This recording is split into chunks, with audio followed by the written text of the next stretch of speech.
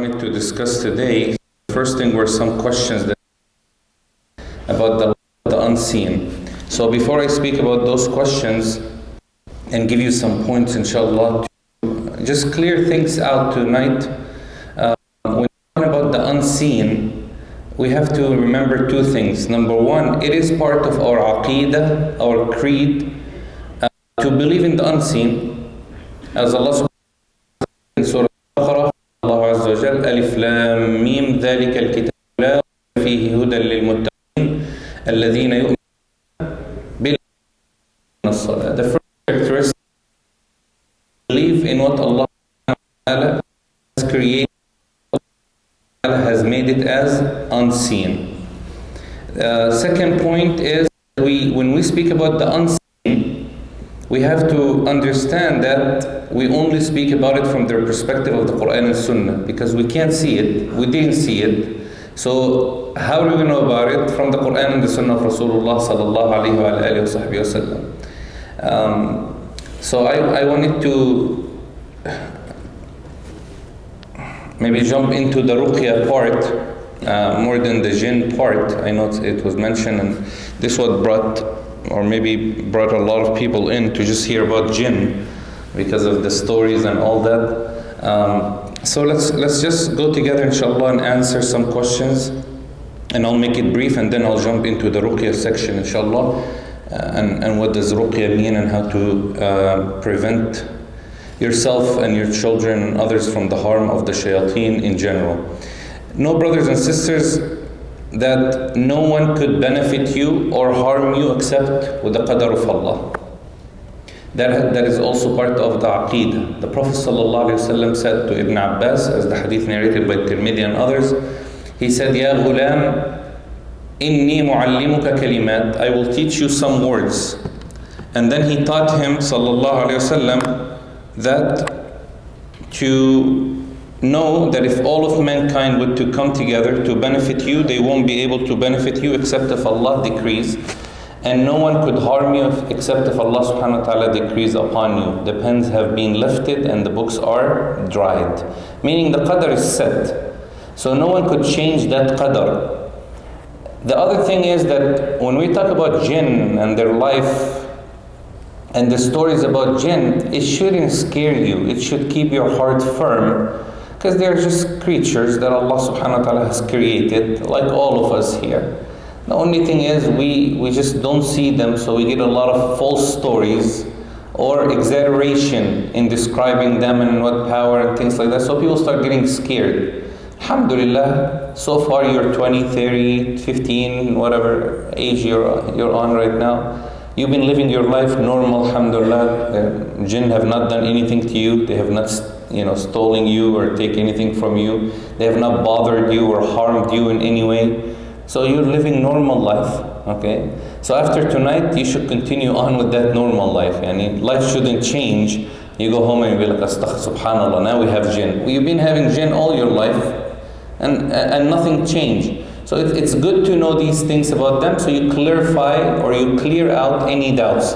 And then we move on to the main thing, which is that the shaitan is our enemy. And the enmity of the shaitan in his plans, his whispering, his plotting, as Allah subhanahu wa ta'ala said, Ya ayyuhal ladina amanu, He said, O you who believe, لا تتبعوا خطوات الشيطان. وفي قراءة, and there's another narration, لا تتبعوا خطوات الشيطان.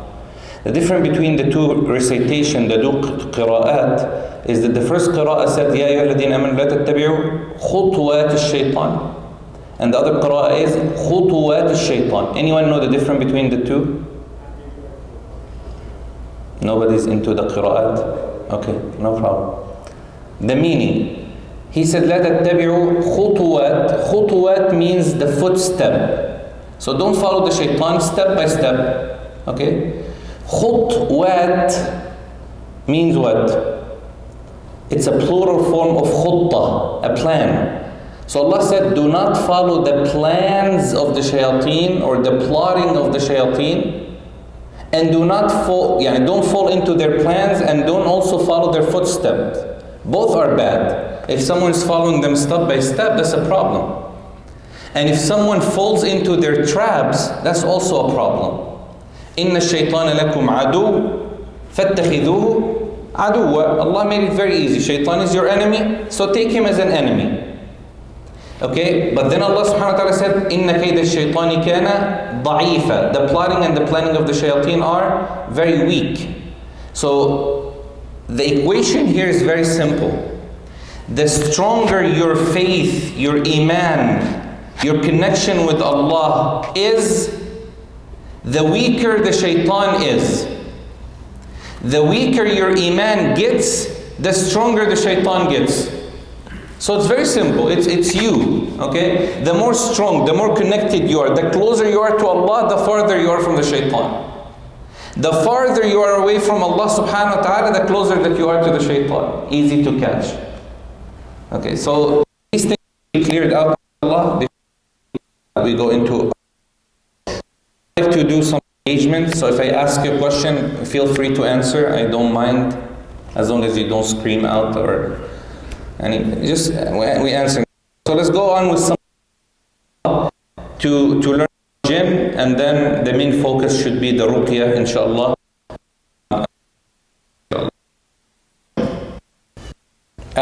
Why are they Jinn? Yes? Less than 10 seconds to answer.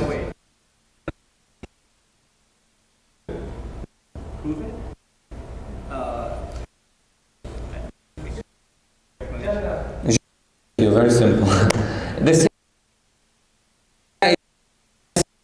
yeah, anything that is hidden that you can't see, it came from the word janna al-laylu, to cover up. So the jinn are those who are covered up. We can't see them with our. Allah subhanahu wa ta'ala said, "Innahu yarakum huwa wa qabiluhu." You could see, they could see you, but you can't see them. So that out of the way. Or the jinn. I've been in this field for over 20 years. I heard all the weird things you could ever imagine. Brothers, he was talking, you can't see him, unless they transform. But to see them in the form that Allah has created them in, it is impossible. So they're called jinn because of وَلَوْلَا إِذْ دَخَلْتَ جَنَّتَكَ. Jannah is called Jannah because we can't see it, okay? Even if you get close to Jannah, you can't see the inside of it till you get into Jannah. What are they created from? Yes? Fire is incomplete, huh? Yeah, the smokeless part of fire. So the part, I don't know if I have my pen or not. So the part, I think one of the kids, I gave it to one of the kids in one of the lectures. Now I regret giving a gift. Yeah, I think I did. SubhanAllah. No, I'm sure I have it here. Maybe. Well. Okay, so the smokeless part of fire is the top part that you could touch with your hand, or you could go through it with your fingers. Okay, and then you go in and out of it. Okay, Bismillah. So this, where is the, yeah. The kids play with this too much. You can't do it. So the smokeless part of fire, قال الله عز وجل خلق الجن من مارج من نار. You have to understand, in the Quran, any word, any letter, any statement, any sentence, okay, of the Quran, Allah subhanahu wa ta'ala would not add a word or a letter unless there is more meaning to it. So Allah could have said وخلق الجن من نار. Allah created jinn from fire. But he said, marijin min nar. The marriage is the smokeless part. So if our time now, we just want to see it, jinn are like air. That's how you should think of them. They're running around like air. That's why there's no harm. There's no actually physical harm unless they get into contact with the person. طيب, let's move on quickly, inshallah. Do jinn have gender? Yes. Prove it. Prove it. أفتتخذونه. Surah Al-Kahf, Allah subhanahu wa ta'ala said, وَإِذْ قُلْنَا لِلْمَلَائِكَةِ اسْجُدُوا لِآدَمَ فَسَجَدُوا إِلَّا إِبْلِيسَ كَانَ مِنَ الْجِنِّ فَفَسَقَ عَنْ أَمْرِ رَبِّهِ أَفَتَتَّخِذُونَهُ وَذُرِّيَّتَهُ أَوْلِيَاءَ. Allah said, you take him and his offspring. His offspring would come from gender interaction. Okay, one of the scholars was asked, Shabi, they asked him this. A person came and he said, Iblis has children? He said, yeah. He said, Iblis has a wife? He said, yeah. He said, what's her name? So the Shaykh said, I was not invited to the wedding. Yani, as Muslims, we stop where Allah stops with the story. That's the point. Allah gives you enough information, you stop with it. We seem to, Adam ate from the tree? Yes. Which tree? It doesn't matter. If it was important, Allah would have done what? Would have mentioned, would have told us, okay? So Iblis has a wife, he has children, he has dhurriyyah, he has followers, okay? Till the day of judgment, they live and they die. They're born and they're dead like us. The only one whom Allah gave a chance, an opportunity to live and to last forever is Iblis alayhi la'natullah, okay? And we'll talk about him in a second. What are the names of Jinn? Okay, so this one is the one that is a little important to understand. Jinn are the creatures. So just, I'm going to summarize it because that's the part that I want, and then we move on. Jinn are what? We are called what? No, not jinn. Huh? Unless you believe that Allah. No, we're called what? Huh? Nobody know what we're called? Huh? Humans. Alhamdulillah. Alhamdulillah. Just to confirm, we're humans. Yeah? All the creatures are called human beings. The one who believed in Allah are called Muslims. The one who disbelieve are called Kafir. We have white, we have black, we have red, we have yellow, we have tall, we have but at the end we're all what? Human beings.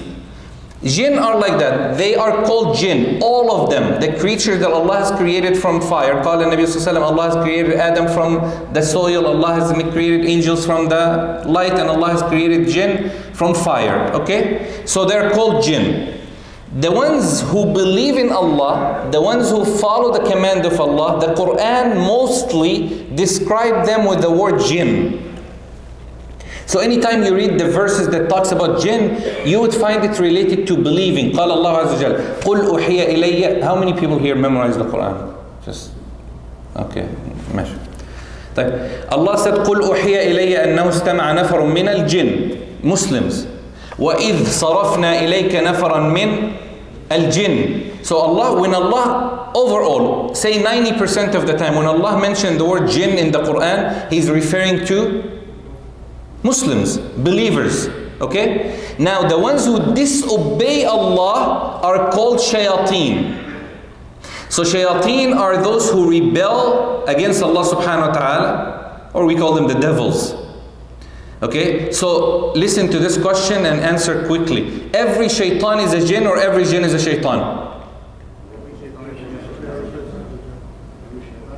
Every shaitan is jinn, but not every jinn is a shaitan. So the Quran, when Quran reveals about jinn, He's talking about the believing jinn, most of the time. Okay, when He says the word shaitan, we know that these are kuffar or disobedient or rebellions against Allah subhanahu wa ta'ala. طيب, Iblis. Iblis is a name of the shaitan, okay, alayhi la'natullah, because Allah subhanahu wa ta'ala has given him certain punishment. So Iblis is what?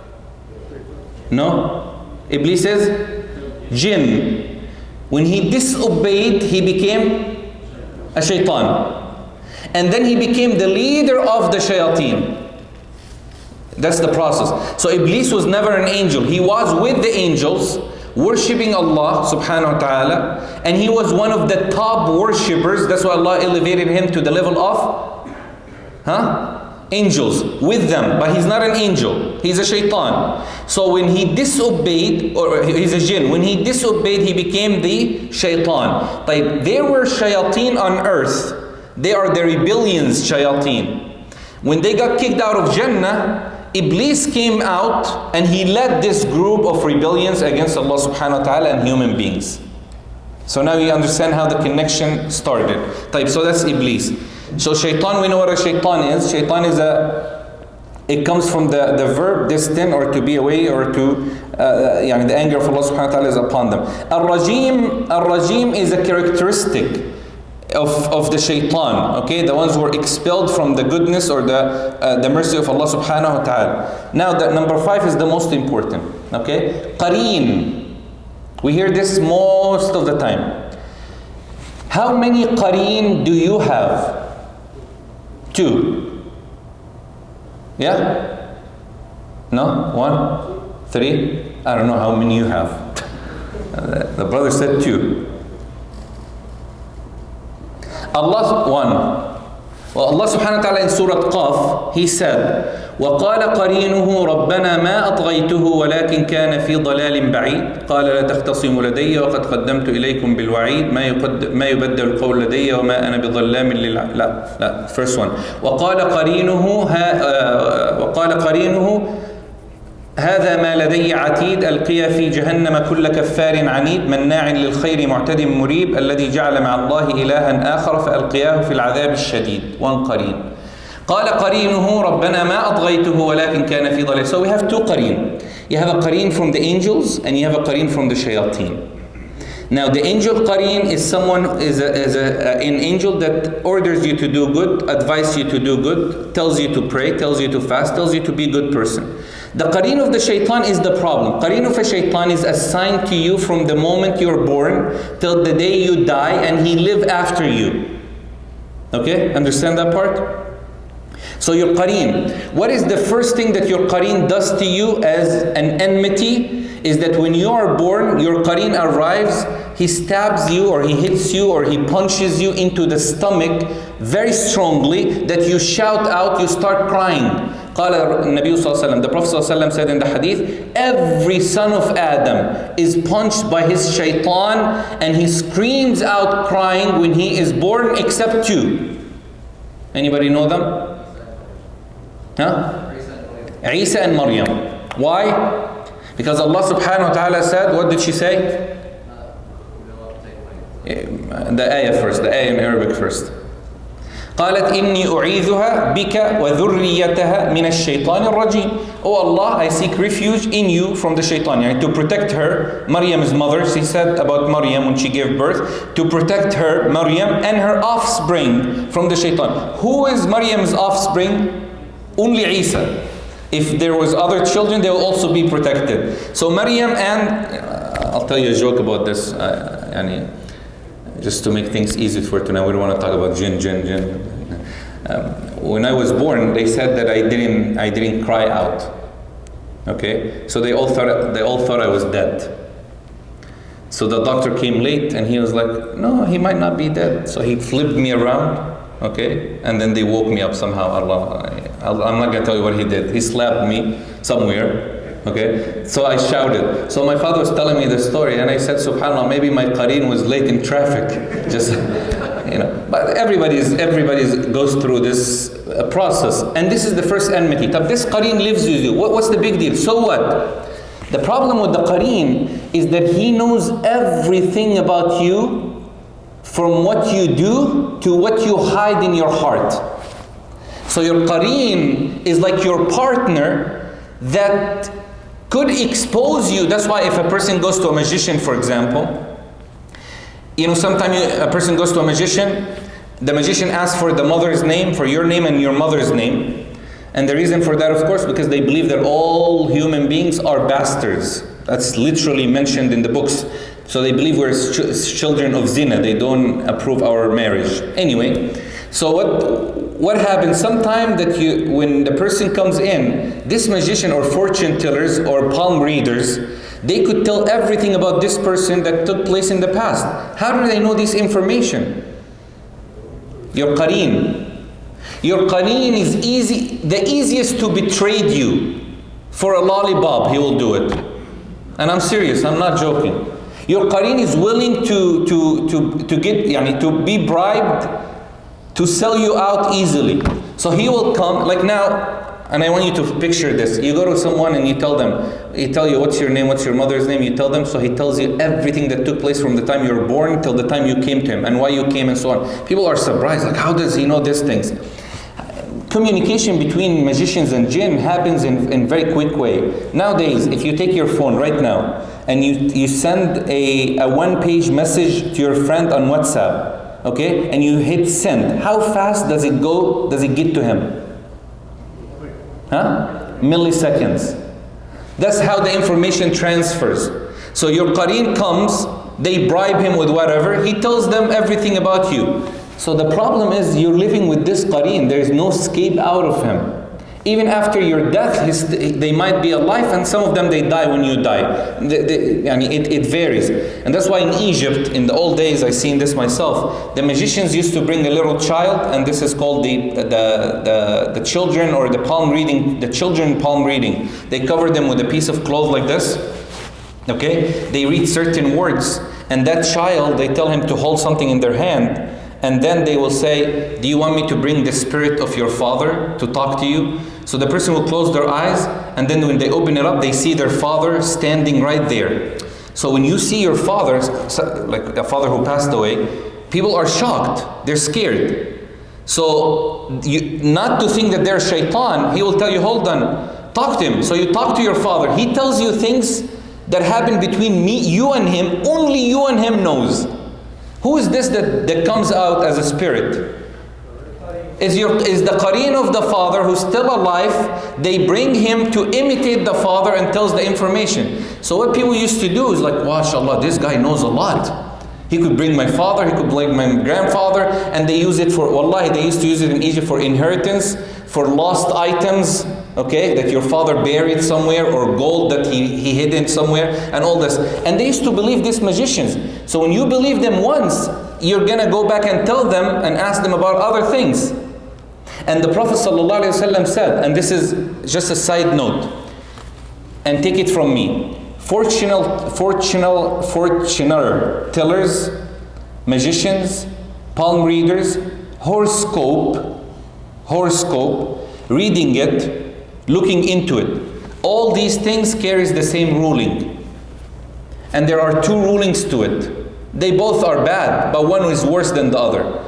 If you go and ask someone to seek their help and you don't believe them, you're out of curiosity. You just want to know what they say. You know, sometimes we are at the mall and this woman is sitting down, she has little table, she tells you, oh, you want me to read your... You're like, go ahead. Some people, they do it. And you let her read. Of course, some of them don't even know what they're saying, and some of them do. She tells you, oh, these 2 lines means that you're going to get a job that you like. Heck yeah. I'm not going to work something that I don't like. Or you're going to marry someone that you love. Of course. Yeah, some of them just says, or they really know what they're saying because they read the stars and horoscope and reading and so on and so forth. Let me tell you something. Rasulullah sallallahu alayhi wa alihi wa sallam said, whoever visits a fortune teller or a magician or a palm reader and they don't believe them, if you read the horoscope and you don't believe it, it's out of curiosity only, your salah is not accepted for 40 nights. And you still have to pray. You know, your salah is not accepted 40 days or 40 nights. So if you read the horoscope out of curiosity, your salah is not accepted. And you still have to do salah. What if the person believes? قال صلى الله عليه وسلم, whoever believes in what they say, he has indeed disbelieved in what Allah has revealed to Muhammad sallallahu alaihi wasallam. So can you imagine? So this is not a joke. These things that our children read today, or they look into it, it's okay, it's out of curiosity, let me just look into it. Websites that people are going on now, especially young guys, reading about jinn, magicians, what do they say, what do they perform, and magicians are 2 types. There are magicians who know magic, and there are magicians who does hand tricks. I'm not talking about the hand tricks. I'm not talking about the magicians who play with cards. I'm not talking about those magicians. I'm talking about the ones who involve jinn into their magic. In the United States, there are 7 major magicians who involve jinn in their tricks and their actions, who are well known even on YouTube.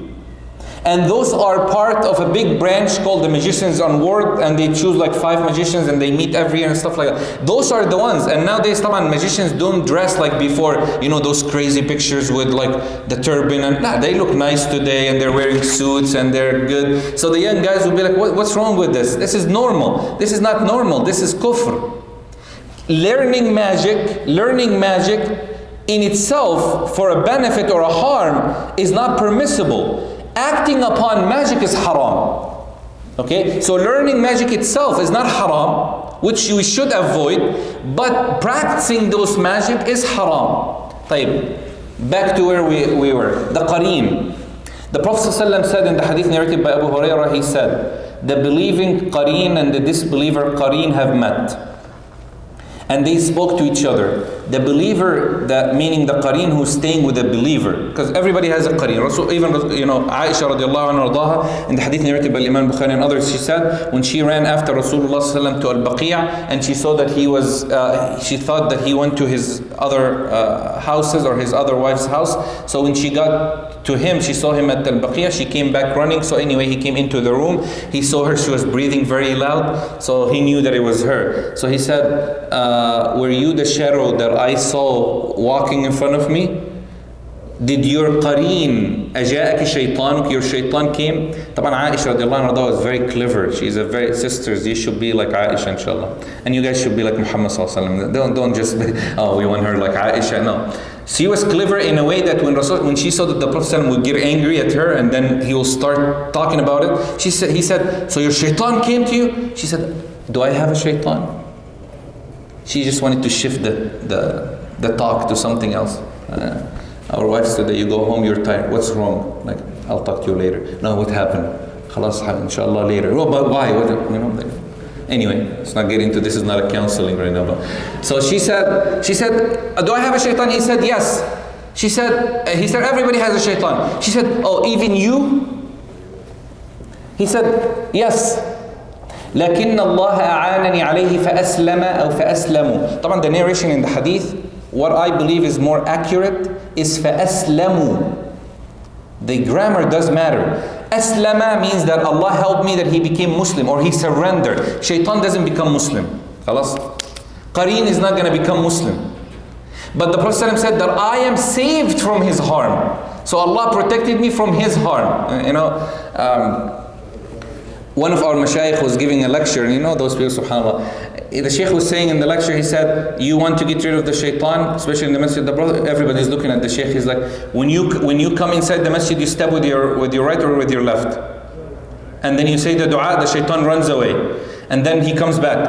And then when the adhan is called, the shaitan does what? He run away. And then when the adhan is finished, he comes back to whisper. Then when the iqamah is called, he run away. Then when he finished, he comes back. Okay? Then when he starts salah, he start whispering. So when you say the adhkar, he runs away. So this brother raised his hand. He said, why are you trying to get rid of this guy?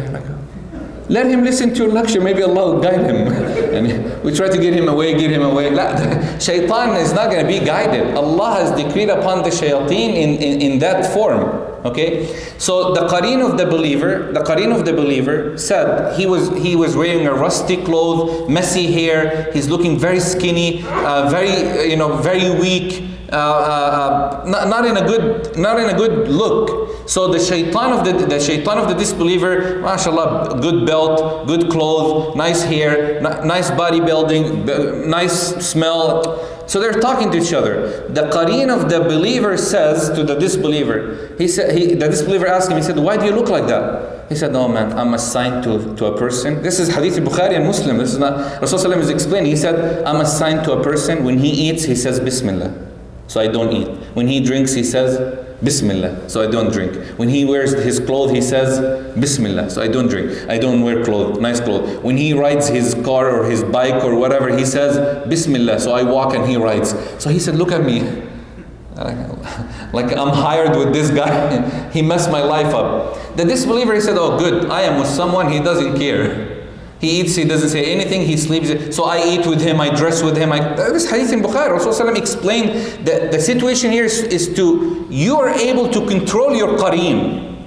You're able to make your qareen weak so he doesn't whisper much to you. You're able to defend yourself from your qareen and protect yourself from your qareen, that he would not release your information. The weaker he is by how strong you are. And how strong you are is how connected you are to Allah subhanahu wa ta'ala. So do we understand this concept of the qareen? Okay, good. There's more to say, but it's... so what is Jinn now? Jinn is what? These are names now. Jinn is the creatures. Yes? طيب. Al-Ammar. Ammar now are residents Jinn. We all have that in our house. Every single one of us, we have resident Jinn in our house. So we have two categories in our houses. We have shayateen in our houses. Kids, don't be scared, all right? Because it's easy. You guys, inshallah, easy. I'll show you how easy it is. We have shayateen in the house, we have jinn in the house. Forget the jinn for a second. Shayateen in the house, they live where? Bathroom for sure. Because the Prophet ﷺ, when you go into the bathroom, what do you say?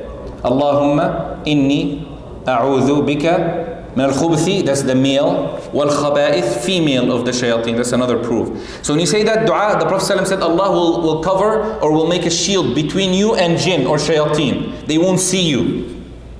Khalas? So when you go into the bathroom, before you start singing, before you start posing in front of the mirror and take pictures, which is a bit, most of people who are afflicted with shayateen today is because of looking at a mirror in the bathroom and taking pictures of themselves naked. And I'm telling you right now, be very careful. Brothers and sisters, I am not joking. I am in this field for over 15 years. A lot of jinn possess brothers or sisters because of the communication or reflection that they get and the emotional feeling that they create, especially in the bathrooms. And the easiest way, Rasulullah said, you want Allah to cover between you and them is to do what? Dua.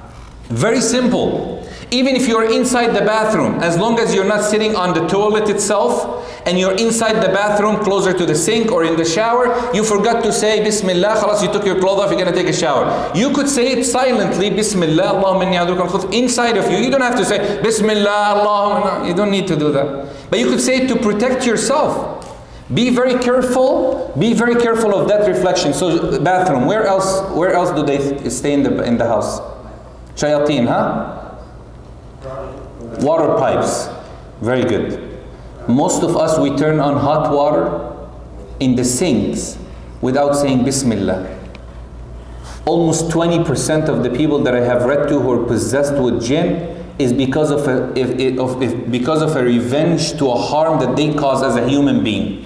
Like this sister, she used to be in the bathroom, mashallah, she was good weight. Okay, let's just say it this way. So she used to go inside the bathroom, she would sing. Okay, I don't know, Shayateen didn't like her voice or something. She would sing in front of the mirror, okay? She never says Bismillah. She turns on the hot water for like 15 minutes. She's sitting there doing makeup and stuff like that. One day she's in the bathroom, she's standing.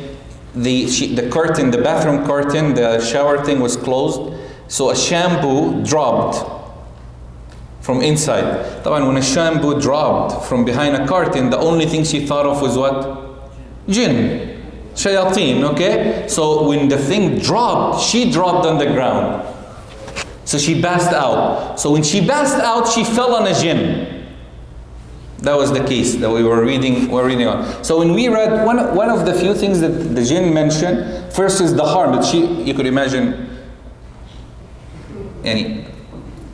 what is our weight, 180 or something like that? Imagine 180, 190 dropping on an 18-year-old, jinn or shaitan in the bathroom. And then he says the singing and the mirror reflection. That's why I do not recommend, and don't ask me why. Just take it from me, inshallah, with some trust. I do not recommend that your bed in your bedroom or in your kid's room should have a mirror in front of them, that when you sit up, the first thing you see is a mirror or a reflection of a mirror in front of you. Especially sisters. Yani مثلا, if you have a mirror on the closet door, some people have that. Yes? Try to set the bed in a way that when you're sleeping, you're laying down. As soon as you stand up, the mirror should be on your right, your left, okay, behind you, but not in front of you when you wake up.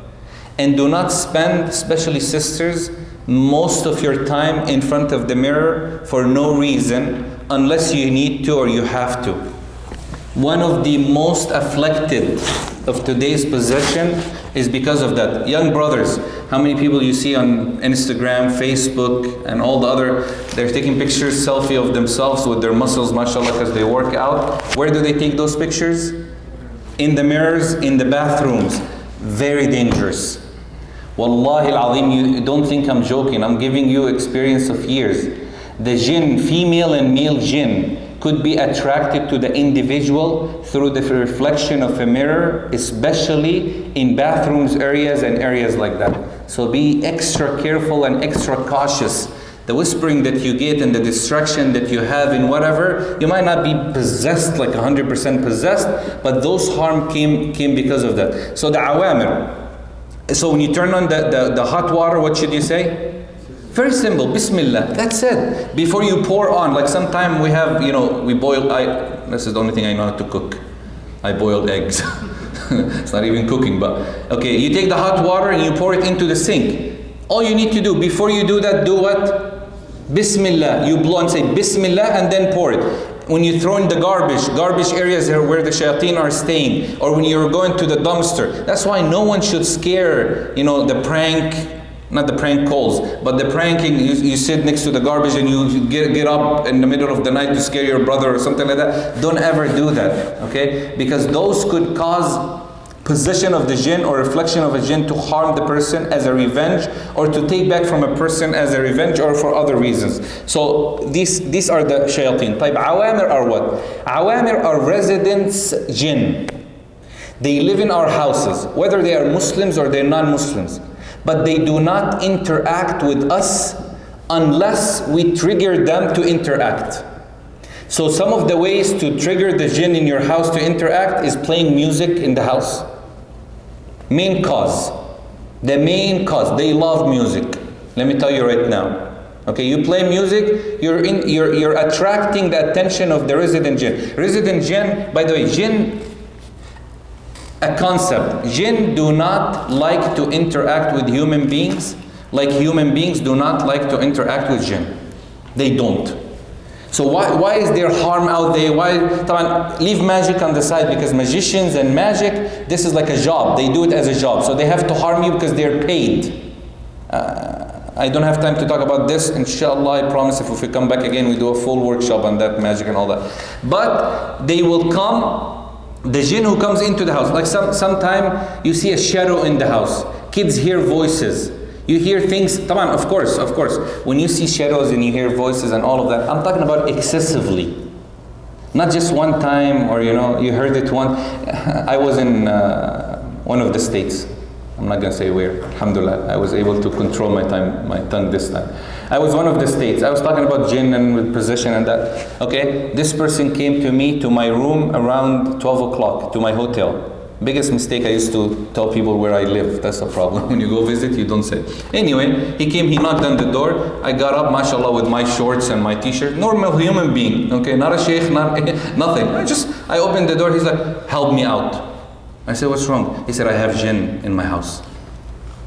I said, where? He said, in the attic. I said, okay, did you check? He's like, why do you think I came to you? I'm not going to go and check, okay? You said at the lecture today, if you hear, I'm like, just go out. He's like, no, you come with me. I'm like, it's 12 o'clock. Please, yeah. Okay, I got dressed. I went with him. I said, go up and check. He's like, I'm staying here. You go and read all your Quran and all the stuff you know. You know how to deal with it, okay? I went up there. There was a little cat. Wallah, a cat with its baby, living normal life, peaceful life. They're just making sounds. But the person in his mind, khalas, he's already attached to the idea. That's why when we think about something so much, part of what Muslims are going through in their day, I know. I have about 25,000 cases in the States. Okay? I'm telling you, it's a big game. And people are using people to, rip them off with their money, many reasons. Those cases, I will tell you right now, out of those cases, almost more than 75% are mental problems and depression and anxiety, and nothing to do with magic or jinn or any of that. But why Muslims are so into this? Because we have it. So they think the easiest way is to think of your problem. Oh, you hear something in the house. The first thing you think of, instead of looking at it, okay, or the kid is not doing good at school, you tell him, why? Oh, he has jinn, he has evil eye, he has magic. Does he study? No. So does he open a book before a final? No, he's on his PS5. Okay, he's gonna get an F. Why, Shaykh? That's evil eye, nether. What do you mean nether? The guy is not doing anything. And we shouldn't use it as a hanger for our problems. I know magic exists, I know problems exist, I know jinn exist, but we cannot just blame everything on jinn and magic and evil eye and make it as a hanger for our problems. A husband and wife, they have a problem. What's the first thing they think of? Jinn. Somebody did magic.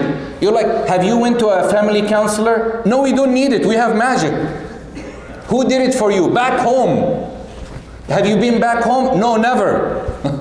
Then how did they do it for you? You know the famous story of a woman came to one of our Shaykh. She said, I want my husband to love me like he did before. So can you do ta'weez for him? Everybody know what a ta'weez is, yeah? Okay. She said, can you do ta'weez for him? And the Shaykh said, Wallahi, my daughter, I don't do any of that. Okay, these are the ta'weez, amulets. He said, I don't do any of that. She said, no, you have to find a way. This is the only way to bring my husband back. So the Shaykh was like, did you try reconciling, talking? She's like, we tried everything. And you know when they say everything, they haven't done anything. So the Shaykh said, you know what? He said, go and bring me a hair from a monkey. And she said, what? He said, yeah, you want to do ta'weez? I'll do it for you. So she went 8 days, 9 days, she came back. With what? Monkey's hair. So the Shaykh said, MashaAllah, you succeeded in your mission. She said, Bismillah, do the ta'weez now. He told her first, just tell me, how are you able to get this hair? She said, oh man, you don't know what I went through. First day I went to the zoo. I sat there, I was just watching the monkey. All day long. I was just watching the monkey, seeing what he likes, how he jumps, what attracts him. So I knew few things. Second day I came with bananas. I dressed all yellow myself. Okay? I came to the cage, closer to the monkey. I played with the monkey. I gave him a banana. He takes the banana, he runs away, he comes back. And that day when I tried to take a hair, boom, he escaped, he ran away. Day 2. I came wearing even better clothes, perfume. I got some nuts with bananas now. Okay, I started playing with the monkey, singing for the monkey, nicely getting closer. The monkey comes very close, very close. He takes the banana nuts, boom, and he runs away. Third day. Now this third day I start dancing for the monkey, getting closer, getting back. He jumps. The 5th day I tried to do this. No, 9 days. At the end, boom, I got it. He says, Subhanallah, you were able to do all that with a monkey. You can't do it with your husband. Yani, you can't. How much have you tried? How much have you? I'm not saying all men are monkeys. I'm not saying that. Okay, we shouldn't be treated like a monkey. But look at it. He said to her, look what you did. You tried. You tried different methods, different ways. Ruqyah is a treatment that Rasulullah sallallahu alayhi wasallam taught us. Jibril taught Rasulullah. He did it for him. Rasulullah did it for his children, for his family, to protect. And the awamir, the resident jinn in the house. Easiest way to control their behaviors, so they could stay away. Like if you have an abandoned house, most of us are not from here. So when we go back to our countries and we have a house that we don't live in, we don't go into that house till we clean it off well. We spray, we get a water, we read Quran in it, and you blow. Anybody has a bottle? No, I don't want to blow in your bottle, but if you have an extra bottle. You blow, you read Al-Fatiha, Al-Mu'awwidhat, Ayatul Kursi, the 4 Qul, the Ad'iyah, you blow into the water without saliva. That's blowing without saliva. You take that water, you spray the corners of your house. Your house is well controlled and well protected from jinn and awamir. Very easy. Rasulullah said, Surah Al-Baqarah will protect your house for 3 nights from the shayateen.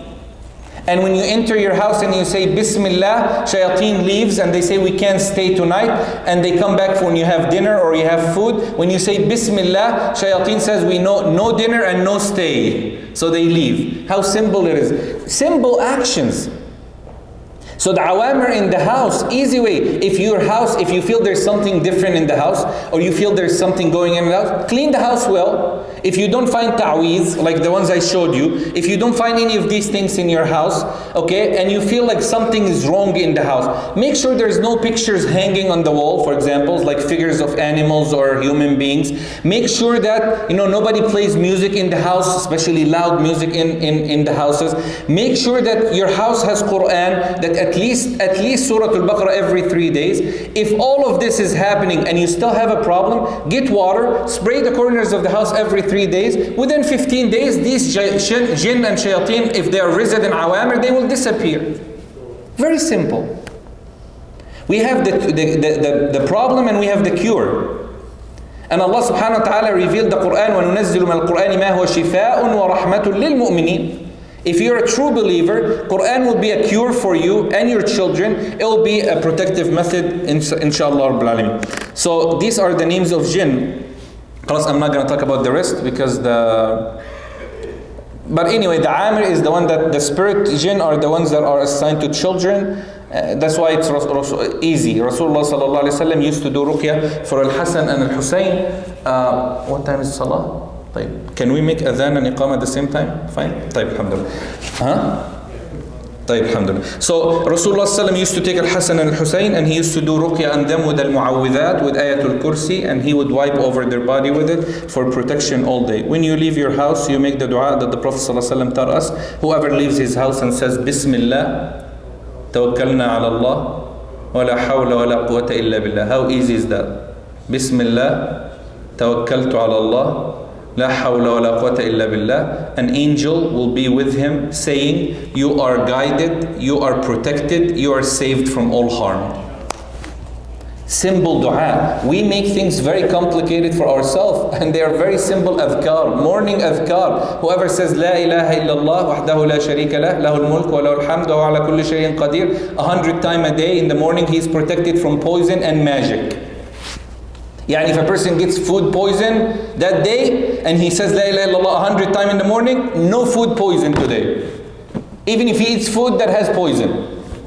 Taban, you shouldn't go and try it. No, don't try. I'll tell you why we don't try. We believe it if it happens, but we don't try because we don't know the level of iman that we have. When Khalid ibn al-Walid radiallahu anhu, they told him, if you eat this poison and you survive, we would believe in your religion. He took it and he says, Bismillah, done. But he's Khalid. The difference between us and them, that they have trust in Allah, we have test.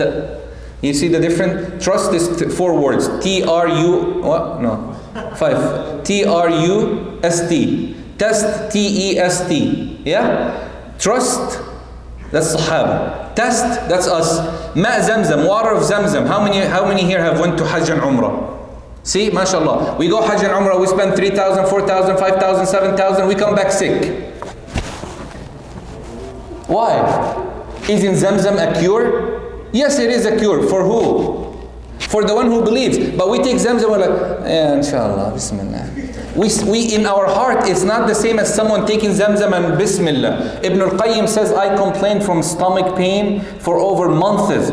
So I knew the solution. I went to Mecca, I settled there for 7 days. All I was eating and drinking is water of Zamzam that has Ruqyah on it and some dates. And I used to blow in it and believe that this Al-Fatiha is a cure, Zamzam is a cure. You mix them together, Quran and the Zamzam, everything came back to normal. That's a belief. I saw an older woman in Egypt. She was diagnosed with cancer. And the doctor says within 15 days we have to remove partial of your body. So she said she came from the doctor very depressed. Old lady, she can't read, she can't write, illiterate. She doesn't have knowledge, nothing. She's watching the TV. She saw this Shaykh on the TV. He was talking about Zamzam and the cure of Zamzam. And so you know what she told her son? She said, where is this Zamzam thing that they're talking about? He said, this is in Mecca. She said, can we go? Like, you have to go for Umrah. He issued her Umrah. They went there. She drank Zamzam. She came back. The doctor did the testing. The cancer level in her body was 0. So he told her, where did you go? She said, I went to the cure. He said, what do you mean? Which doctor? She said, not a doctor. I heard Zamzam is a cure. I went there. I drank some. I came back. Done. That's a simple act. For us, if we think about it, some Muslims today, you tell him that, he's like, okay. You go there, $3,000, you drink this water that comes back. He comes back with cancer. The water didn't change. Al-Fatiha, when the Sahaba went, and this man was a disbeliever, as according to most of the narration. He was stung by a scorpion. So he said to them, Aminkum raqi, any of you has the ruqyah to read? So this Sahabi said, yes, if you pay us, because they were very cheap, they didn't offer them any hospitality. So he said, if you pay, how much? They said, we'll get a goat for it, or a sheep. Okay, he read Al-Fatiha. Anyway, the long story, the man was cured, even though he was a disbeliever. So the Quran benefits the believers who reads, and the disbeliever if the believer has iman. When they went to Rasulullah asked him, the narration of Imam Ahmad explains, he said, how do you know that Al-Fatiha was a ruqyah? He said, Ya Rasulullah, isn't the Quran ruqyah? The Prophet said, yes. He said, I only memorize Al-Fatiha. And Al-Fatiha is the mother of the Quran, so it's a ruqyah in itself. Bismillah. This Sahabi didn't think about the medical perspective of the poison going in. Forget that. I read upon a person, they thought he was drunk in front of the masjid back in 2003. And I told him this person has a jinn, non-Muslim.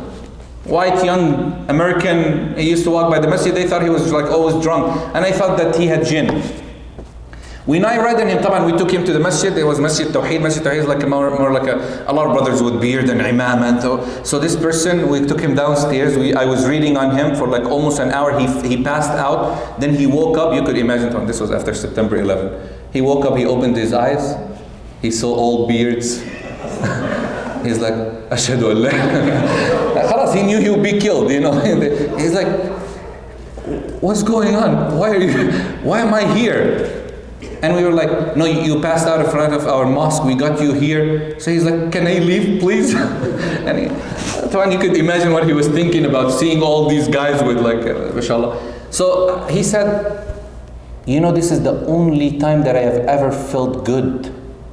I felt a release that I'm actually able to talk to you guys and know what's going on. So he started coming to the masjid. Let me tell you the end of this story. The brother now, I'm sure he's done now. He was studying hadith in Islamic University of Medina.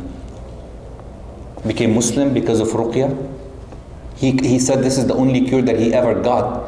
What's the difference between that? It's the belief. It's the faith that we have in what Rasulullah sallallahu alaihi wasallam said. 3 things has a cure: a spoon of honey, cupping, hijama, acupuncture, the hijama, the actual cutting, and cauterize, but I do not permit cauterize to burn the nerve. That's not permissible now. But the 2, now if you take a spoon of honey, you mix it with water, you drink it on an empty stomach with the ruqyah, why don't we feel good? Why are we still complaining? It is the trust. It's how much faith, it's how even now, it's all mental. When you go to a doctor, and you sit with him, especially our elders. When I take my mom, rahimahullah, when I used to take her to a doctor, if she didn't like the doctor, she would not take the medicine. And even if she takes the medicine, she says, I don't feel good. We go to another doctor, she doesn't know, she didn't speak English. He gives her the same prescription that the first doctor gave her. She comes home, she's like, I actually feel good today. Subhanallah. He didn't even change the prescription. So it is more of a belief in the heart upon the ruqyah. طيب, I don't have time to mention all the other. They eat and drink. Yes, they eat and drink. They eat what you eat. They drink what you drink. The believing jinn eat what you eat and they drink with you. If you say Bismillah, the Muslim jinn. If you don't say Bismillah, the shayateen are the ones who eat with you. The Prophet ﷺ said, if you eat, that's why we don't break the bones. Anybody like to do that here? No? Oh man, I'm the only one then. I loved eating, when you break the chicken bones, you guys and you eat the inside, subhanallah. But I stopped. So Rasulullah said, when you eat the drumstick, for example, and you leave the bone, Allah will turn this bone into meat for your brother and sister from jinn to eat it. And if you don't say Bismillah, they won't touch it, the shayateen will come and they will eat it. Okay? So, by the way, to mention the intellect over this is hadith of Rasulullah. But we have Muslims who always, how is this possible? Yesterday I went home, I left my bones next to me, the drumstick, and I sat all night looking at it. Wallahi, it didn't even move. I said, Shaitan is already sleeping and he ate and slept and you're still looking at the bones. If you can't see him, you can't see his actions. So the brother was sitting all night looking at the bones and the bones didn't even move. The jinn ate and slept, Habibi, done. You keep looking at it. When you use your intellect over the evidence from Rasulullah sallallahu alaihi wasallam, this is deen. This is the only way we get our deen from. Aqeedah is to believe, iman is to do what? To witness with the heart. It doesn't make sense. Who cares? It doesn't make sense to you. It makes sense to the believers. Sami'na wa ata'na. This is what the Sahaba said. A lot of things didn't make sense to the Sahaba, by the way. Don't think the Sahaba were like, oh yeah, made very clear sense. No. And evidence from the hadith, they used to ask Rasulullah sallallahu alaihi wasallam, how is this possible? How is this possible? Clarification, and he would clear it, and they would say, Sami'na wa ata'na. For us, you clear it to him once, twice, 3 times, and he's like, yeah, still doesn't make sense. Khalas, doesn't make sense, doesn't make sense. But he goes to a doctor, it will make more sense when a doctor tells him something that it's a theory. And this theory changes after 10 years because they found another theory that is better than the first theory. But the theory of a doctor was what? So 100% believe. Yeah, but this medicine has a side effect now. We don't take it because there's another medicine that is better. We have the cure in the Quran and the Sunnah. We have a tool that no one has. Wallahi al-Azim, we have a strong tool, but we just have to hold on to it right. طيب, where do the jinn live? خلاص, the jinn lives in the middle of the deserts, oceans, depth of the ocean. The only ones who are locked in the depths of the oceans are the group that Sulaiman locked them, and they're still there. They don't come out unless the shayateen or the shayateen of the humans who are the magicians called them to represent few things to them and ask them for guidance, and they are the ones who stole the books of Sulaiman alayhi salam and so on and so forth. So what is the power? They don't have power. The power that they have is the power that Allah gives them. So the only power that they could do, قال الله عز وجل, in this ayah right here, beautiful ayah that you should study. Allah subhanahu wa ta'ala said, يُعَلِّمُونَ النَّاسَ السِّحْرَ وَمَا أُنزِلَ عَلَى الْمَلَكَيْنِ بِبَابِلَ هَارُوتَ وَمَارُوتَ وَمَا يُعَلِّمَانِ مِنْ أَحَدٍ حَتَّى يَقُولَ إِنَّمَا نَحْنُ فِتْنَةٌ فَلَا تَكْفُرْ فَتَعَلَّمُونَ مِنْهُمَا مَا يُفَرِّقُونَ بِهِ بَيْنَ الْمَرْءِ وَزَوْجِهِ وَمَا هُمْ. This is the ayah, this is the part of this long ayah, this part right here. They learn from them magic. They know how to separate between a husband and a wife. But look at this ayah right here. But they do not harm anyone through it except by the permission of Allah. They have power? Yes, they have power. Can we do? Wallahi, some of the magicians told me, I met magicians who repented and magicians who didn't, okay? And I have seen crazy stuff in my life. One of the things that the magician said when he used to do magic, he was one of the top in Egypt. He said, Wallahi ya Shaykh, we sometimes used to send jinn to do magic for a person. You know, they have to take a trace, like clothing of the person, the inside of the cloth, and they have a process to do it. So he said, we used to take this trace. I do the magic completely good. I send the jinn to harm the individual. And I tell him where he's staying. Like for example, this person is at work right now, okay? He says, the jinn goes and comes back and says, I went there, he was not there. And wallahi, I could see him that he's there. And the jinn says, I can't see him. And he says, sometime we would go, we would send jinn, and then I will send a marid, like a higher authority jinn. He says, he goes there, he has more power. He says, yes, I could see him, but I can't even get close to him. There is something between me and him. I can't get close to him. He is protected by somehow. And he says, there are other people that we send a little shaitan, like a grade 1. He goes, boom, he does the job, comes back in seconds. What's the difference between both? How can he see? He's protected by the protection of Allah. He's someone who's doing at least his adhkar, at least his salawat. And if Allah wills for him to be afflicted, then it's his qadr. But at least he's doing his job. When they said to Abu Hurairah, Ya Abu Hurairah, the houses next to your house are all on fire. He said, not my house. They said, Ya Abu Hurairah, go and catch your house, man. It's already, all the houses on fire. He said, you want me to believe you and disbelieve my Habib, my beloved Prophet? He told us that whoever says this adhkar in the morning, he will be protected all day. It can't be. When they went, Ubay said, we went, all 7 houses next to Abu Hurairah were all on fire except his.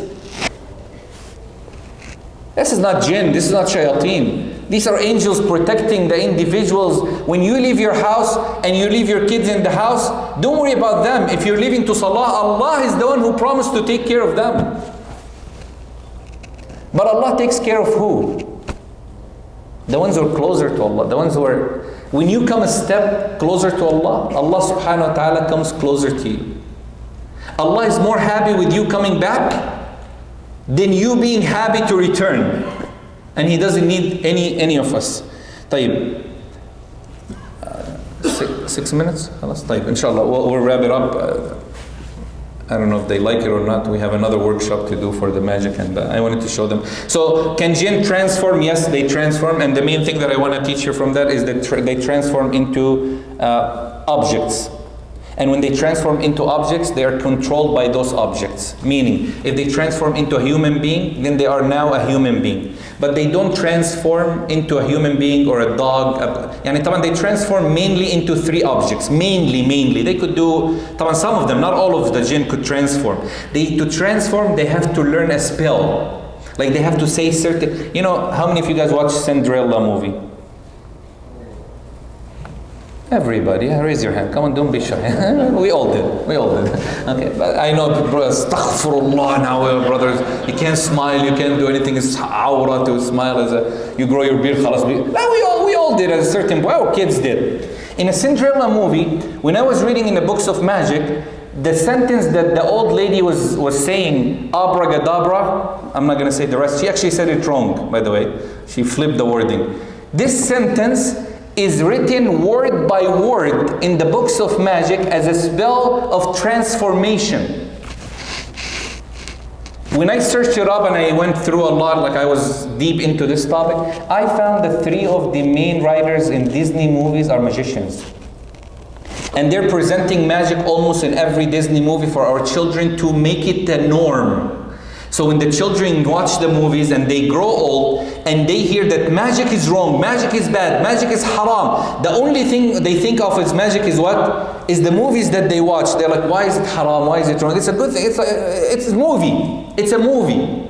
Wallahi, one of the writers name word by word. He has written a book on magic spells that is transformed into something called the voodoo dolls today. You know the voodoo that kids play with it? It's sold online now for $10 for our kids to play with. And it's full of magic.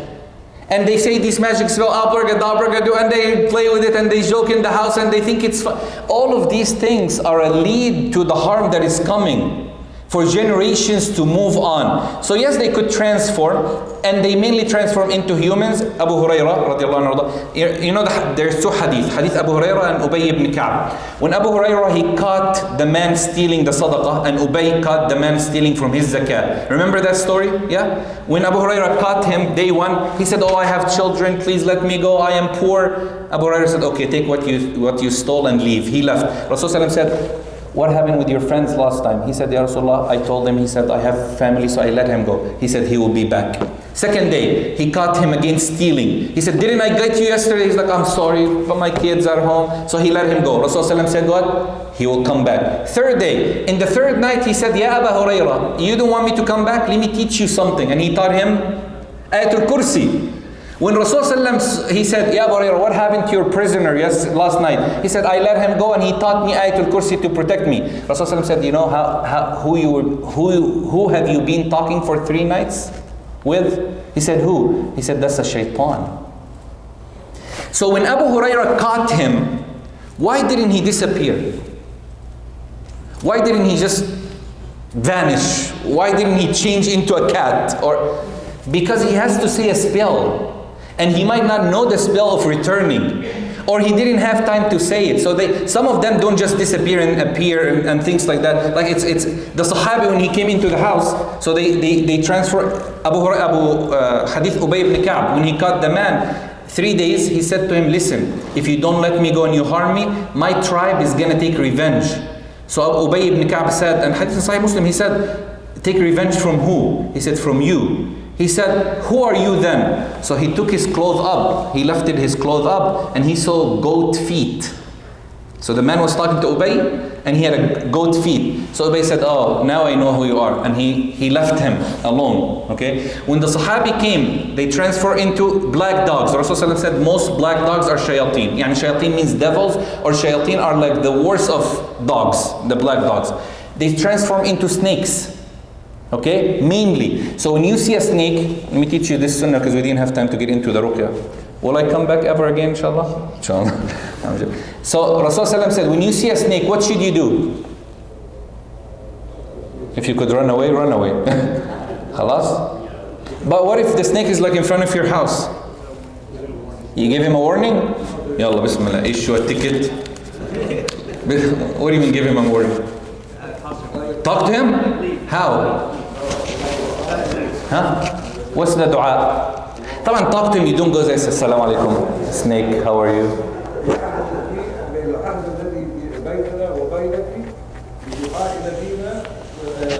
Sulaiman. So the hadith is the hadith in Imam Ahmad and others. The Prophet ﷺ said, you talk to him, as the brother said, but from far away. Alright, you got it? Yeah, don't go and say Assalamu alaikum. Nice to meet you in my house. By the time you talk, you're already in akhirah. Okay? La, you stand away, far away. You say Bismillah. Bismillah. As'aluka billah. I ask you by Allah. Wa bil ahd, and by the oath that Sulaiman have taken upon you to leave my house 3 times. في رواية الإمام أحمد ليس في هذا لكن نراجعها إن شاء الله حاضر. So you say I ask you by what? You say what? Bismillah. I ask you by Allah. أسألك بالله. And I ask you by the oath that Sulaiman and Dawood, if there's a narration, the narration I know is Sulaiman only, but the brother is saying Dawood could be. Okay, that Sulaiman and Dawood have taken upon you to leave 3 times. If he leaves, then he is either a jinn or a snake. If he stays, then you're able to control him and kill him at that moment because you already prevented yourself and protected yourself from the harm. Even if he's a snake or even if he's a jinn. The Prophet ﷺ said, when the Sahabis hit the snake with his sword, what did he say? He killed his brother, and his brother killed him because the Sahabi died at the same moment he killed the snake. So Rasulullah he said, Harriju alayh. You should make this dua when you first, because you have awamir or residents who live among you. So the last part, inshallah, to conclude, just to leave you with something beneficial. Ask Allah subhanahu wa ta'ala to put barakah into your time and effort, is the ruqyah that the Prophet sallallahu alaihi wasallam. So if any person has a problem, or if any person has a complaint, if any person feels that they have black magic, if any person feels that they are oppressed by a shaitan, or they are possessed by a jinn, very easy, very simple way to do it is that you take headphones, listen to the ruqyah for a few hours, like an hour or so. If you don't feel any body movement, you don't feel yawning, crying, all of this are normal. These are normal signs, okay? But they're not excessive. If you don't see nightmares or any of that, do these things. Ar-Ruqyah, you could get any ruqyah. Main ruqyah, Surah Al-Fatiha, beginning 5 verses of Surah Al-Baqarah, 5 verses, and then Ayatul Kursi, the last 3 verses of Surah Al-Baqarah, the 4 Qul. Hijama is also a cupping. Siyam, fasting, like the Prophet ﷺ mentioned. Adhkar, olive oil for anybody, especially nightmares, and they're excessive or repetitive. Rub your body with olive oil that has ruqyah. So you read on it. You have the bottle, you read the ruqyah, you blow like the Prophet ﷺ taught us. You rub your body at night.